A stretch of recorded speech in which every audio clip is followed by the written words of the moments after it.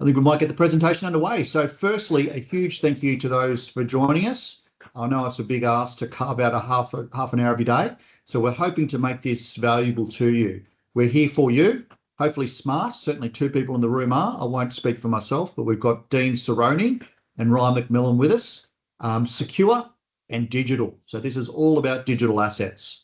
As always, the standard disclaimer, this is general advice. We don't know your personal circumstances, so we cannot give you personal advice. So please speak to a financial advisor or tax expert before acting on anything from today's presentation.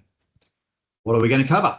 Well, the two smart guys in the room, Dean Cerrone, the operator, big background in digital, having been at the forefront of developments from the early days. He'll go through what's happened over the past quarter, a little bit about the fund, and as always, a bit of our secret sauce, what we're seeing in the space and what we're actioning.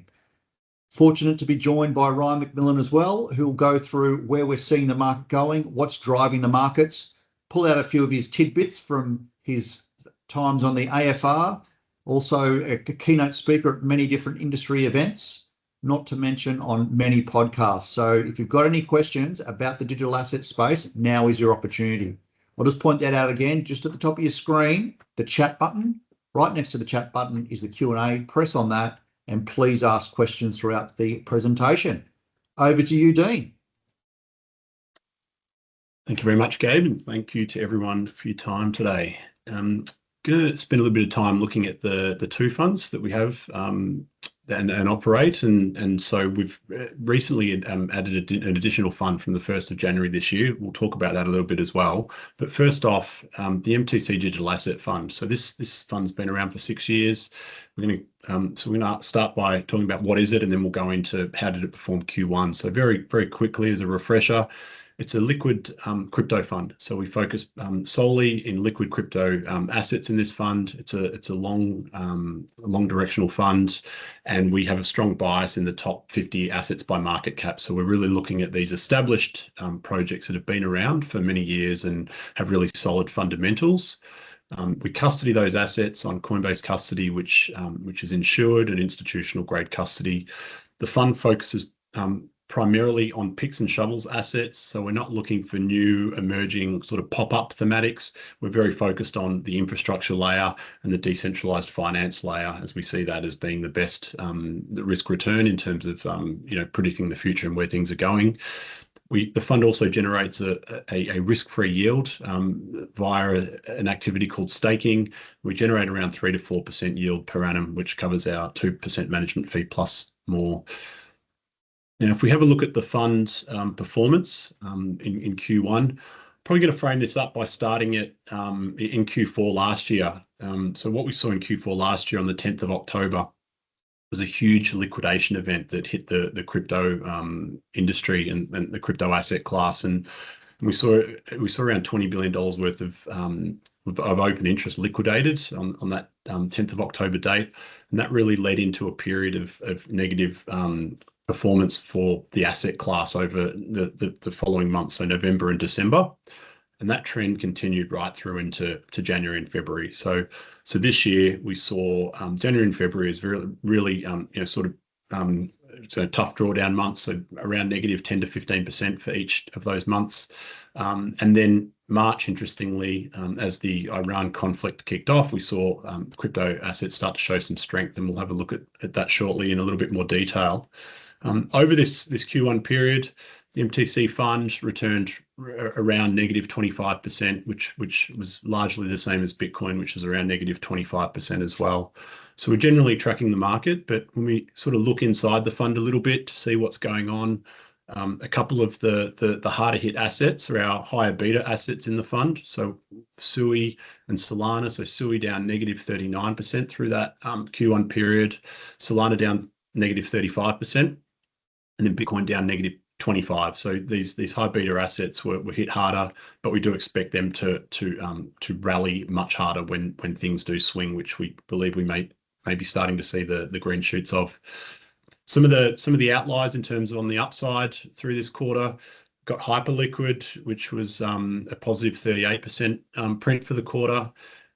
What Hyperliquid's doing, which is quite interesting, and we'll just talk about that just briefly to understand why it was almost the polar opposite of some of these other assets in the portfolio through that period, is Hyperliquid have built the leading blockchain based exchange in the crypto space.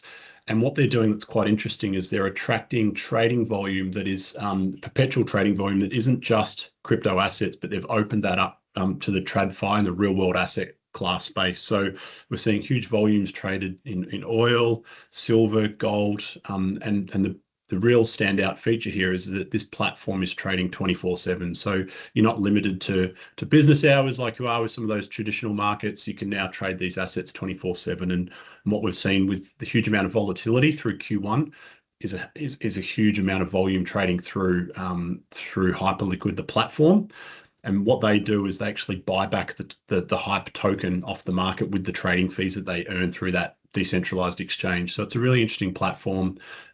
It's performing a bit differently to some of the other thematics in crypto, and it does have that strength with the real world assets being traded and the buyback mechanism there.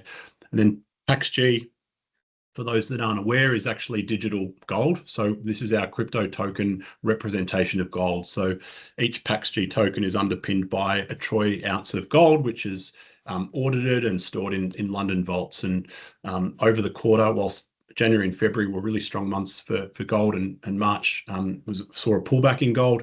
Over the quarter, gold did return a positive 4.2% print, which did buffer some of that drawdown for the quarter. All right, so now a little bit about our new fund, which launched on the 1st of January, the Bitcoin and Gold Fund. And before we look at the performance of that, I really just want to provide an overview of the why. Why did we launch this fund? And so it really came down to, and interestingly, Ryan had published a few pieces last year on the debasement trade on Livewire, and it generated some really interesting, conversation, and a topic he's very passionate about. But we looked at, the sheer amount of debt globally, over $35 trillion of debt in the US, out of control, interest payments, inflation, money printing.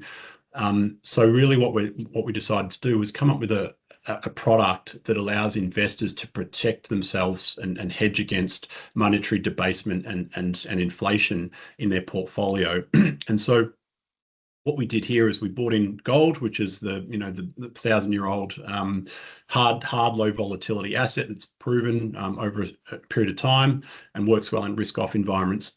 And we've bought that in with digital gold, which we treat as Bitcoin here, which is the new kid on the block, if you like. Has a hard fixed supply of 21 million tokens. It is more volatile, but will perform in a risk-on environment. So when we bring these two assets together, we think it creates a great blend. And we each month we rebalance this portfolio using our systematic overlay, which looks at the asset that has the lower volatility of the two and overweights it. And then we have some other internal indicators like the ISM and the cash rate and MVRV that we use to then work out which side of those two assets we juice up a little bit to capture some further potential beta. And that gives us that blend each month, and we lock that in for the following month. And so this portfolio is purely those two assets. And then when we look at how that performed over Q1, so we should start by mentioning we're around 75% weight gold in that portfolio and around 25% Bitcoin at the moment. And so this was really, really interesting for us, launching through some really interesting times.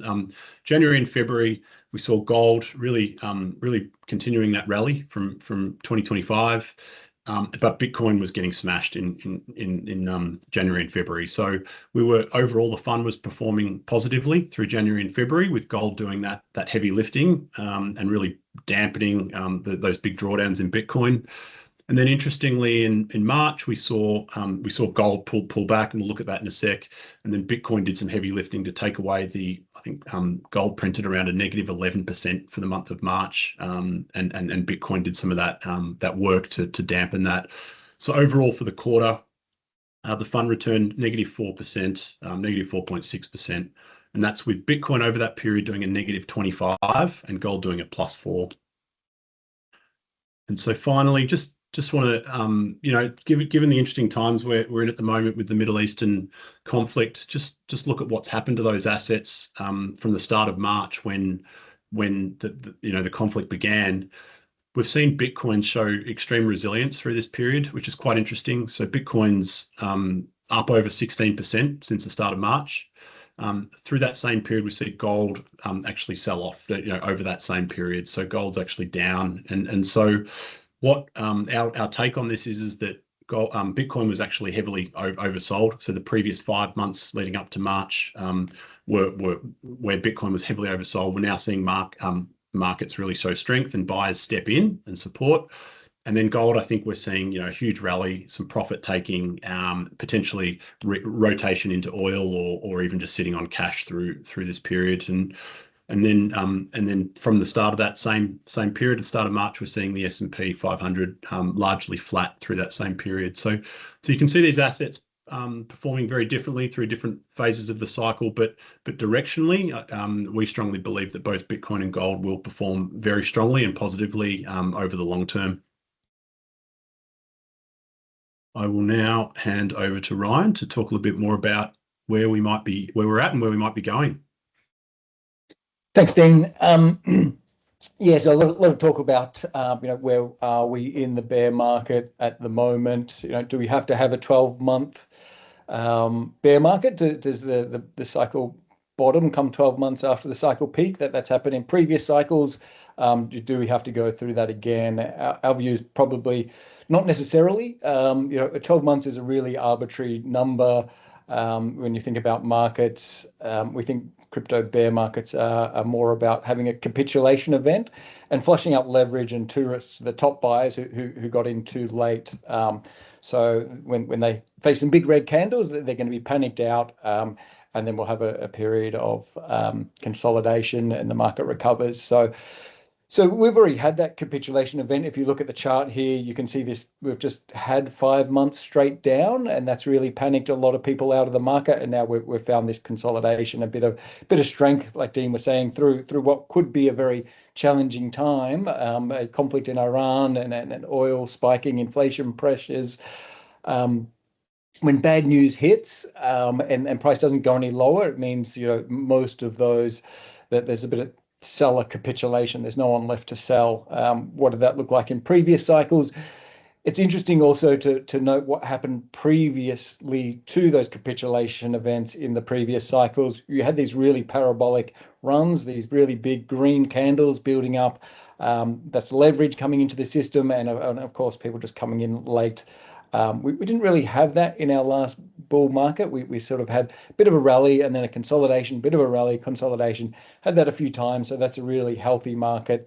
To expect us to go down 70-80% like we did in previous cycles, you would have had to have had that parabolic run first. So we're really looking at those capitulation events where you had 5-6 negative months. That's really shaken out all of the new tourists to the market, and looks like we're bottoming now. And on the bottom you can see the RSI. So this is a relative strength index. Previous bear markets, that dropped straight down to zero, and then when it turns, you can see it recovering. When you have those 5-6 months of down, RSI, the strength will hit zero, and then it'll start to pick up again. You can see we've gone straight down to zero recently, and we're actually picking up over the last month and a bit as well. So when that has happened in previous cycles, that has been the end of the bear market. When you've had that pickup, has signaled an end. So we think that combined with the market not going any lower on the current fears is really positive. So yeah, Dean, you want to into the next slide? Another reason why we think this bear market is a bit different is we have these counter-cyclical buyers. So MicroStrategy, or Strategy now, MSTR, and the ETFs alone are buying through the bear market. Strategy has bought 11 billion worth of BTC in 2026 alone. STRC is a product that's responsible for half of that buying. this is a really strong counter-cyclical buyer. It's a preferred stock that offers a variable dividend, currently 11.5%. The lower the price goes, the higher that dividend can go. This is MSTR expressing their bullishness, I guess, on the future price of Bitcoin. So the lower it goes, the more certain they are that it's going to head higher. They can offer a higher yield on that product, therefore. And when price does actually go higher, they'll decrease that yield. So when we go back to all-time highs, they won't be offering an 11% dividend anymore. That'll come down to something much more sustainable. Not just that. Oh, sorry. Just I'll go back to the ETFs as well. They've had about $1 billion in demand so far this year. They've been much more resilient than expected. There was concerns they might be retail investors that would also panic sell. But the way they are buying, they look much more like institutional buyers who have a mandate to buy and get a position and are not trading day candles. So.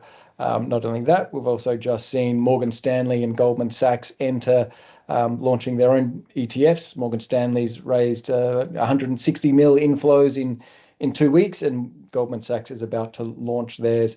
Charles Schwab, not an ETF, but a platform that has just announced they support Bitcoin buying, spot Bitcoin and ETH and a couple of other crypto assets. They have 12 trillion in assets under management. That is actually 5 to 6 times the Australian GDP. So that's a huge buyer who is now saying, okay, up to 4% would be a sensible amount for you to hold. That could be $500 billion alone from that one buyer of buy demand. So hundreds of billions more opening up, coming into the market.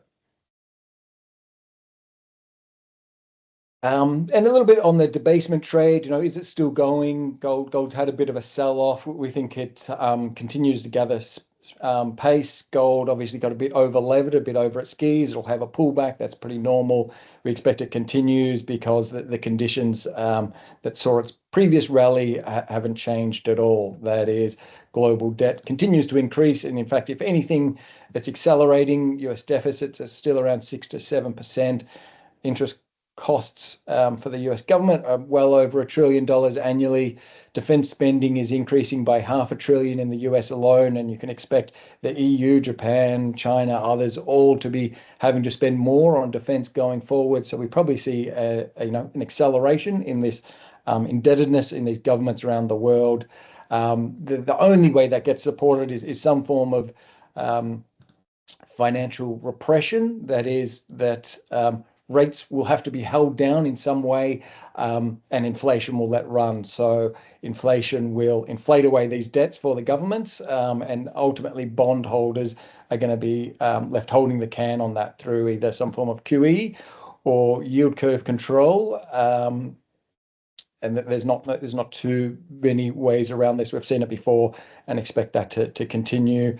And whilst that's happening, clearly demand for hard assets will continue. Bitcoin and gold will be the biggest beneficiaries of that. Just an example here of how hard the asset Bitcoin is. MicroStrategy bought 60 days worth of supply in just one purchase this week. So already this year, they've bought pretty much all of the supply of new Bitcoin onto the market. And central banks are still buying around 1,000 tons of gold. That's nearly 100 billion worth of gold. So that China just had one of its largest months in recent times in gold buying as well. So that trend is going to pick up again. A little bit on the current market structure. You can see here we had a bit of a bear flag through December and January this year, market recovery, and then that capitulated and fell through. You can see in the green below there, you can see that the funding rates were skewed positive, so people were adding leverage to get long, and that failed. What we've seen in the recent period, the last few months, is the market recovery since that capitulation through into February.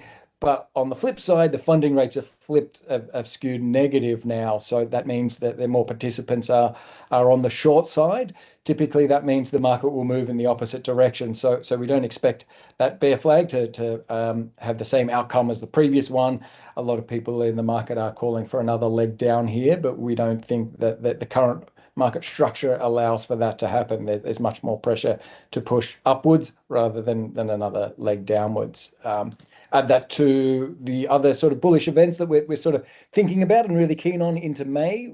The Trump-Xi meeting is something we think will be a real catalyst to end the conflict in Iran and sort of de-escalate. There'll be a big deal out of this in which everyone's positioned as a winner, and sort of be back to normal for markets after that. Walsh to enter into the Fed. We've seen him going through his confirmations at the moment. He is still looking to sort of reframe the way the Fed looks at inflation. Undoubtedly, he will be looking to say inflation is lower than it currently is, and that'll give room to cut rates. So he's looking to do that. And then the Clarity Act is also looking to land in May as well. So there's three really big catalysts in mid-May that we're looking forward to positively. There's always the chance we have a negative event and a candle down, but ultimately we're pretty bullish here and think the market's going to continue pushing up.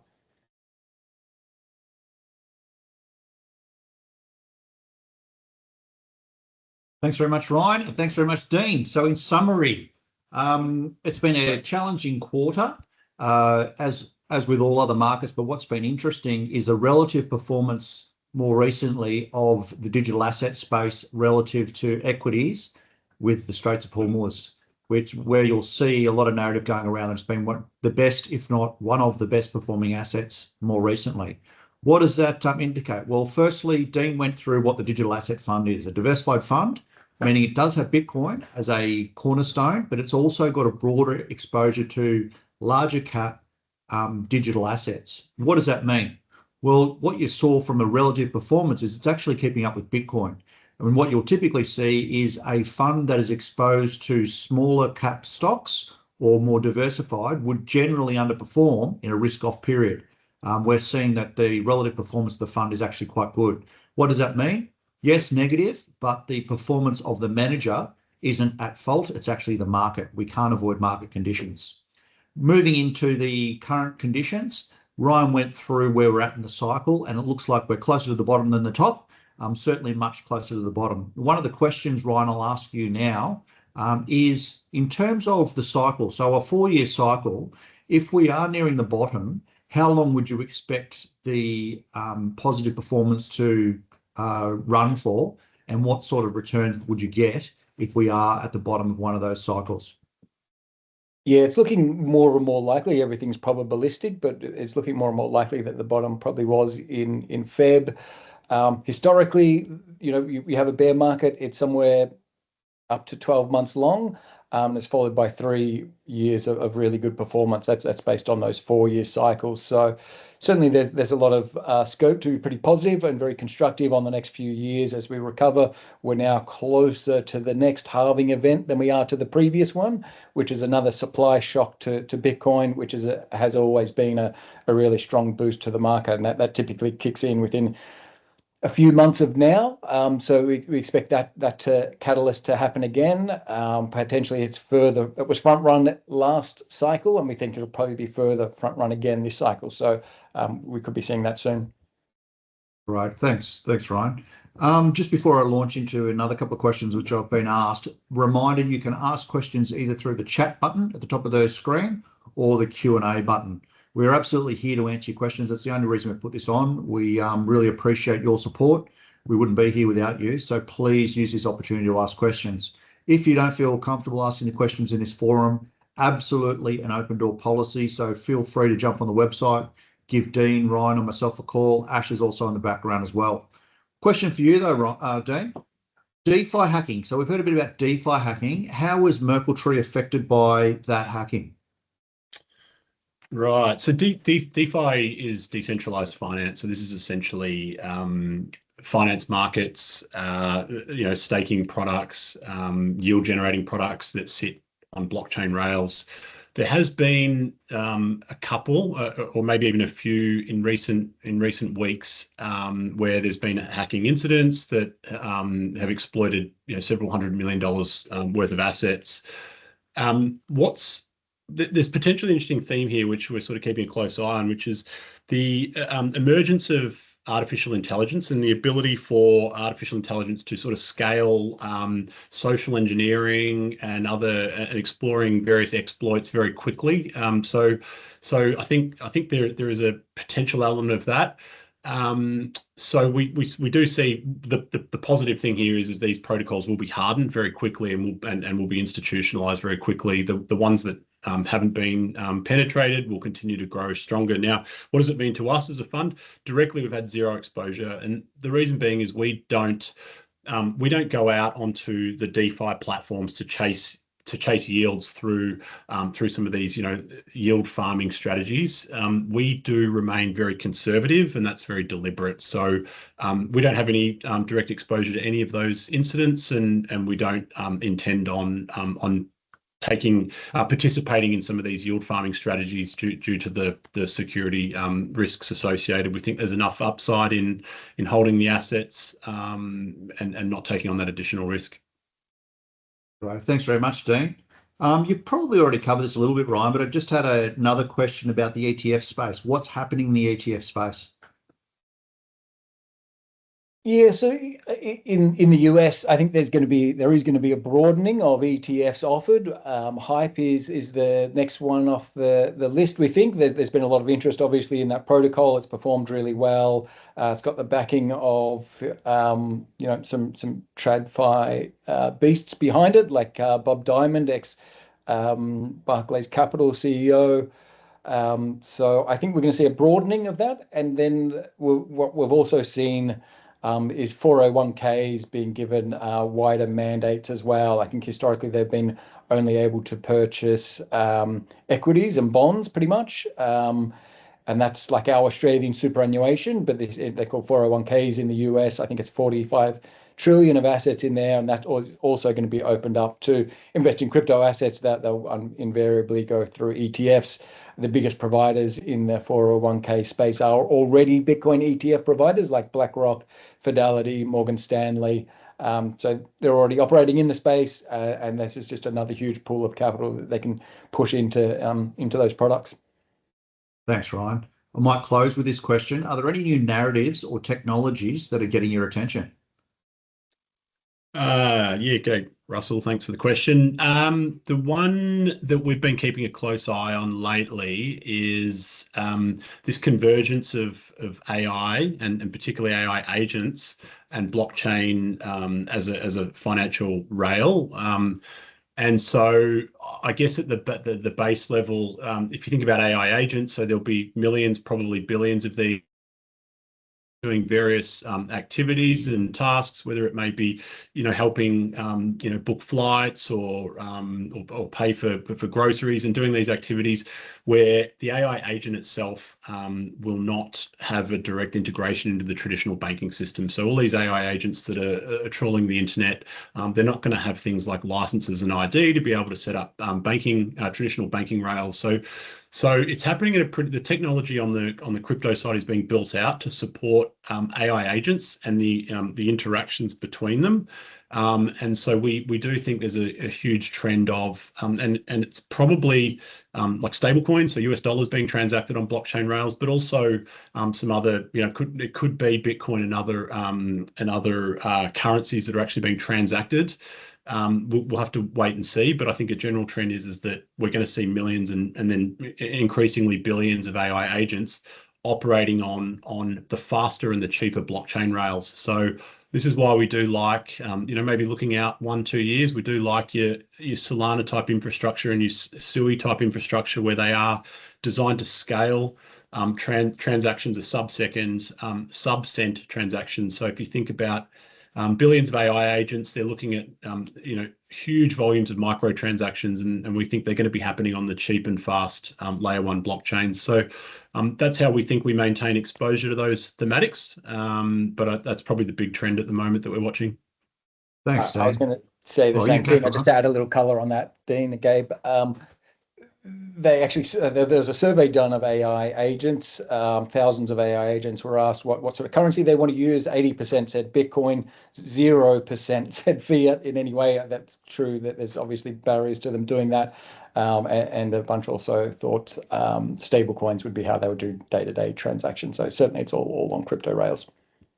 Right, thank you. Just a reminder of the funds and positioning. So the Digital Asset Fund, if you believe that the digital asset space is going to grow, that is your exposure. It's a higher growth fund, top 50 by market cap. There is no leverage. It is really secure. We're using Coinbase as custody, which means you've got insurance through Lloyd's of London. So that's your piece. If you're thinking that the digital asset space is going to grow, you would put that into your portfolio. For those that are interested in the debasement or issuance of fiat currency causing asset prices to inflate, well, that would be gold. So you'd look at the Bitcoin and gold fund. It really is a gold fund plus. So we're rolling in and out of Bitcoin as we see the indicators show that there is better performance for Bitcoin. It forms a larger part of the portfolio. As gold is more attractive, then we overweight the gold position. Overall, the fund will always have at least 50% gold. So that really is a store of value, a volatility dampener, or a gold plus fund. They're the two funds on offer. And if you're interested, please reach out to us. Jump on the website. It's on the screen now. Our doors are always open if you're just interested in having a chat about what's happening in the space. We really enjoy having those conversations and would welcome your call. Thanks for all your support. Thanks for carving out half an hour. Really appreciate you taking the time, and we'll look forward to seeing you for Q2.